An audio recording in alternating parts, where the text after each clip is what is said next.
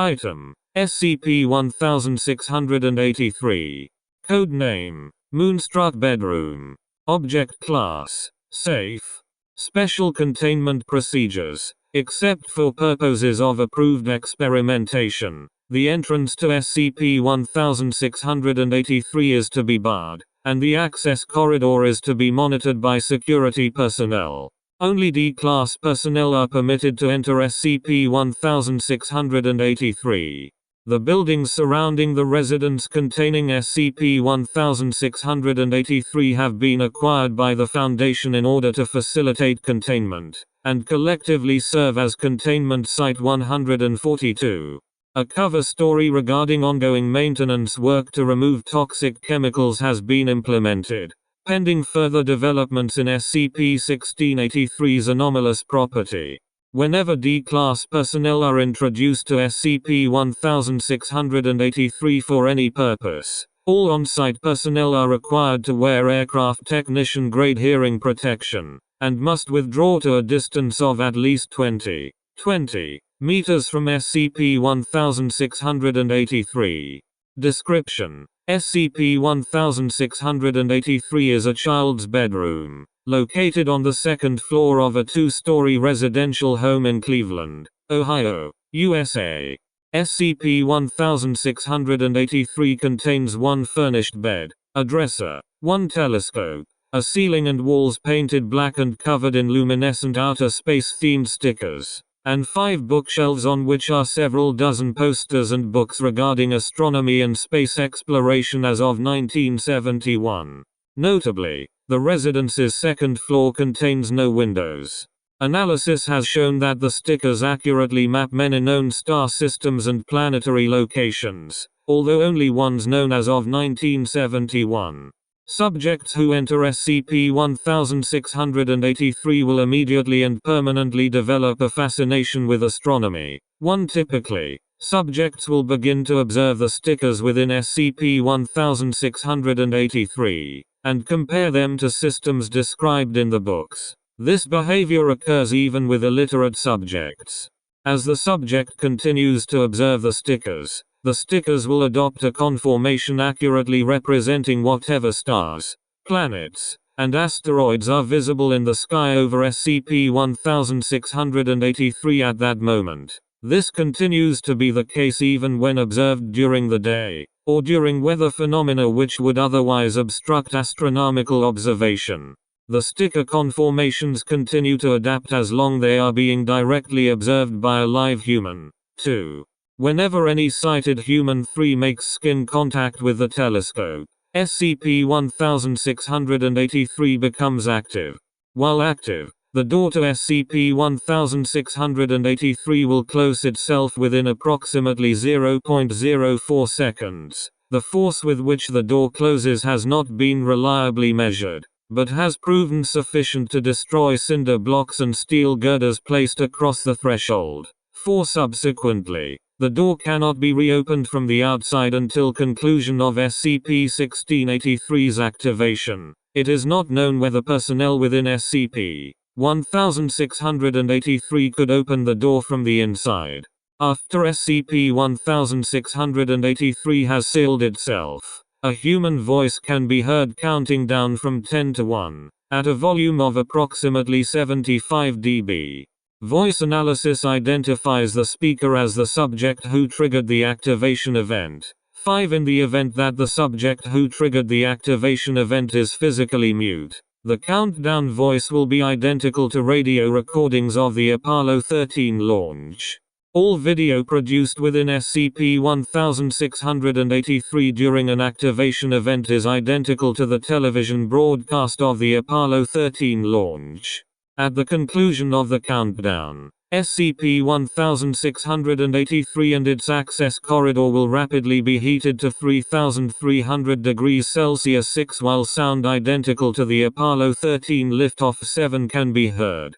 This sound is audible within approximately 15 meters of SCP-1683. Outside of this radius, it cuts off abruptly.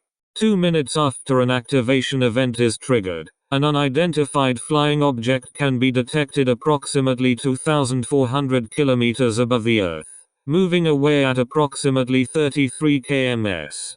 20 minutes after an activation event, temperatures in the access corridor return to previous levels, and the door to SCP-1683 will become possible to open again. All occupants of SCP-1683 will have vanished. The stickers will have returned to their original conformation, and all books and posters will have returned to their original places on the shelves. Foreign objects brought into SCP-1683 by D-Class personnel are unaffected by activation events and can be subsequently recovered, with the exception of astronomy books published later than 1971, clothing worn by D-Class personnel, and live dogs. Canis lupus familiaris.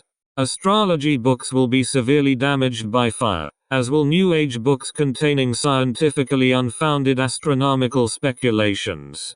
SCP-1683 was discovered in 1971, following a set of police reports detailing SCP-1683's effect. The subjects originally residing within the home containing SCP-1683, a family with 2 parents and 1 male child, had gone missing directly prior to the first recorded activation event. Neighbors described the son as having a deep interest in astronomy and space exploration, spending most of his time studying it. It is currently believed that this subject initiated SCP-1683's effect, although how he did so is unknown. All witnesses have been issued Class C to B amnestics, depending on their relationship with the subjects. As of the 19th of August 1976, SCP-1683 has been classified as safe. Addendum: when SCP-1683 was searched, a document appearing to chart a route from Earth to the Moon was discovered within a notebook. This document was heavily worn with eraser marks and changes, indicating that it had been significantly altered several times prior to being discovered. In addition, this writing was discovered on the opposite side. If there's been a giant leap for mankind, why am I still wasting time here? Tomorrow is waiting, and everything is set. Scopes are set up and the stars are there, watching. I'll see them soon. Addendum: on the 18th of September 2008, Foundation satellites orbiting Saturn received a transmission, believed to be related to SCP-1683. Hello? Can you hear me? I need you to take them back. You're the ones who. Static. The others, right? You know how it works. So, Static, didn't change anything or. Static, need you to please, listen carefully. Take 2 minutes of transmission are indecipherable. Odd even Neptune. They're not. Static, aren't belong here. I know some of your people are. Static, us are fine. And the dogs are GR. Static, but my parents just. Static, a mistake. I'm so sore. Static, take them back, please, before they hurt themselves again. Footnotes. 1. Testing has shown that 1D class personnel exposed to SCP-1683 was affected for a full year, prior to termination. 2. Testing with paralyzed D-class personnel has shown that stickers representing the various faces of the Moon will appear and disappear at appropriate times. 3. This has been found to include subjects who are blindfolded, legally blind, or blind in one eye. 4. Permission to attempt to remove the door from its hinges has been denied by Director Gamerilla. 5. During experiments involving multiple subjects entering SCP-1683 simultaneously, the cognitohazardous effects of SCP-1683 have made it impossible to instruct multiple subjects to simultaneously touch the telescope. 6.